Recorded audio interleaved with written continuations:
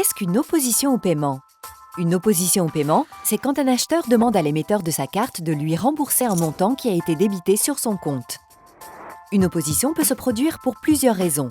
Lorsque le client n'a pas reçu l'article qu'il a acheté, lorsque l'article qu'il a reçu ne correspondait pas à sa description ou lorsque la commande a tout simplement été faite à son insu.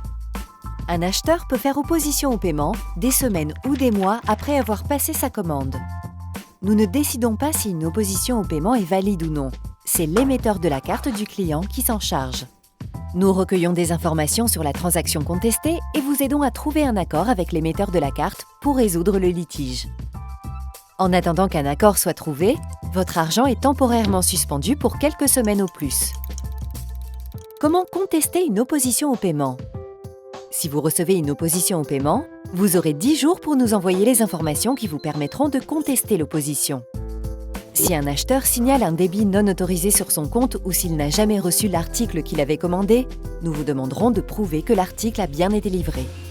Si vous l'avez effectivement expédié, envoyez-nous un numéro de suivi en ligne, un reçu de l'envoi ou encore mieux, un accusé de réception signé. Dans le cas de la vente d'un service, nous vous demanderons un contrat signé ou tout autre document prouvant que le service a bien été fourni. Dans le cas de la vente d'un bien numérique, nous vous demanderons une preuve que l'acheteur l'a bien téléchargé. Si un acheteur a reçu sa commande mais a rencontré un problème avec celle-ci, nous vous demanderons de nous prouver que vous avez remplacé son article ou l'avez remboursé. Comment éviter les oppositions au paiement? Nous faisons tout notre possible pour vous protéger et pouvons vous aider à récupérer l'intégralité du montant des paiements opposés si votre article est couvert par la protection des marchands PayPal. Par contre, vous restez responsable des pertes sur vos ventes non couvertes. Heureusement, il existe plusieurs façons d'éviter les oppositions.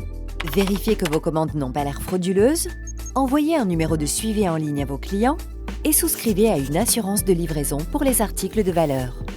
Répondez au plus vite aux questions de vos clients en restant transparent sur les délais de livraison de vos produits. Si vous avez d'autres questions, n'hésitez pas à vous rendre sur notre site internet.